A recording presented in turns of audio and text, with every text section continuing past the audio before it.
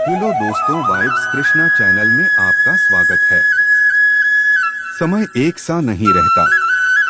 आज दुख है तो कल सुख भी आएंगे और सुख के बाद दुख भी आना स्वाभाविक है। आपको पूरे धैर्य और श्री कृष्ण पर विश्वास के साथ अपना जीवन जीना चाहिए। लोग अपने शरीर को सुंदर बनाने में लगे रहते हैं, पर आत्मा की सुंदरता शरीर की सुंदरता से कहीं ज्यादा महत्वपूर्ण है। शरीर तो नश्वर है, मिट्टी ही तो मिट्टी में ही मिल जाता है, पर आत्मा अमर है, इसलिए आत्मा की सुंदरता पर ध्यान दो। मन चंचल होता है, यह इधर उधर भागता है और किसी भी कार्य की एकाग्रता का दुश्मन है। लेकिन यदि यह व्यक्ति के वश में हो जाए तो इससे अच्छा कोई मित्र नहीं है। मन को एकाग्र करना जरूरी है, बस थोड़े से प्रयास और अभ्यास की जरूरत है। जब भी आप कोई बुरा कार्य करते हो या अच्छा कार्य करते हो, आपको लगता है कि कोई देख नहीं रहा, तो यहाँ श्री कृष्ण कहते हैं कि तुम जो कुछ भी कर रहे हो, मेरी दृष्टि सदैव तुम पर है। इसलिए आप यह मत समझे कि आप अकेले हैं, आपके साथ श्री कृष्ण सदैव है। एक बार कृष्ण और बलराम किसी जंगल से गुजर रहे थे। चलते चलते काफी समय बीत गया और अब सूरज भी लगभग डूबने वाला था। अंधेरे में आगे बढ़ना संभव नहीं था, इसलिए कृष्ण बोले, बलराम, हम ऐसा करते हैं कि अब सुबह होने तक यहीं ठहर जाते हैं। सुबह होते ही हम अपने मंजिल की ओर बढ़ चलेंगे। बलराम बोले, पर इस घने जंगल में हमें खतरा हो सकता है, यहाँ सोना उचित नहीं होगा, हमें जाग कर ही रात बितानी होगी। अच्छा, हम ऐसा करते हैं कि पहले मैं सोता हूँ और तब तक तुम पहरा देते रहो, और फिर जैसे ही तुम्हें नींद आए तो मुझे जगा देना, तब मैं पहरा दूंगा और तुम सो जाना। कृष्ण ने सुझाव दिया। बलराम तैयार हो गए। कुछ ही पलों में कृष्ण गहरी नींद में चले गए और तभी बलराम को एक भयानक आकृति उनकी ओर आती दिखी। वो कोई राक्षस था। राक्षस उन्हें देखते ही जोर से चीखा और बलराम बुरी तरह डर गए। इस घटना का एक विचित्र असर हुआ। भय के कारण बलराम का आकार कुछ छोटा हो गया और राक्षस और विशाल हो गया। उसके बाद राक्षस एक बार और चीखा और बलराम डरकर कांप उठे। अब बलराम और भी सिकुड़ गए और राक्षस पहले से भी बड़ा हो गया। राक्षस धीरे धीरे बलराम की ओर बढ़ने लगा।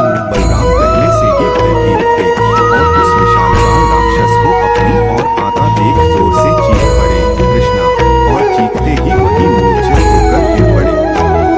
बलराम की आवाज सुनकर कृष्ण उठे। बलराम को वहां देख उन्होंने सोचा कि बलराम पहरा देते देते थक गए और सोने से पहले उन्हें आवाज दे दी। अब कृष्ण पहरा देने लगे। कुछ देर बाद वही राक्षस उनके सामने आया और जोर से चीखा। कृष्ण जरा भी घबराए नहीं और बोले, बताओ तुम इस तरह चीख क्यों रहे हो, क्या चाहिए तुम्हें? इस बार भी कुछ कृष्ण के साहस के कारण उनका आकार कुछ बढ़ गया और राक्षस का आकार कुछ घट गया। राक्षस को पहली बार कोई ऐसा मिला था जो उससे डर नहीं रहा था। घबराहट में वह पुनः कृष्ण पर जोर से चीखा। इस बार भी कृष्ण नहीं डरे और उनका आकार और भी बड़ा हो गया, जबकि राक्षस पहले से भी छोटा हो गया। एक आखिरी प्रयास में राक्षस पूरी ताकत से चीखा पर कृष्ण मुस्कुरा उठे और फिर से बोले, बताओ क्या चाहिए तुम्हें? फिर क्या था, राक्षस सिकुड़कर बिल्कुल छोटा हो गया और कृष्ण ने उसे हथेली में लेकर अपनी धोती में बांध लिया और फिर कमर में खोस कर रख लिया। कुछ ही देर में सुबह हो गई। कृष्ण ने बलराम को उठाया और आगे बढ़ने के लिए कहा। वे धीरे धीरे आगे बढ़ने लगे। तभी बलराम उत्तेजित होते हुए बोले, पता है कल रात में क्या हुआ था? एक भयानक राक्षस हमें मारने आया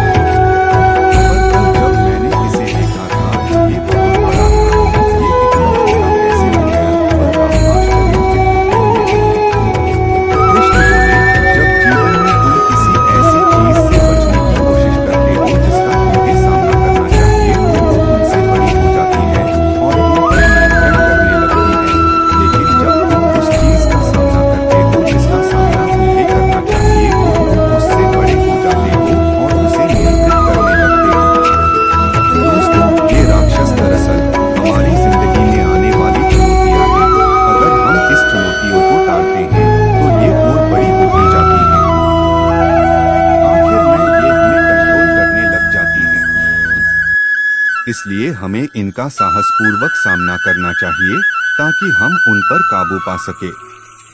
इस प्रकार चुनौतियों का डट के सामना करने से वो छोटी सी हो जाएगी, जिससे हम आसानी से उन पर नियंत्रण कर सकते हैं और सफल हो सकते हैं। तो दोस्तों, आज की इस वीडियो में बस इतना ही।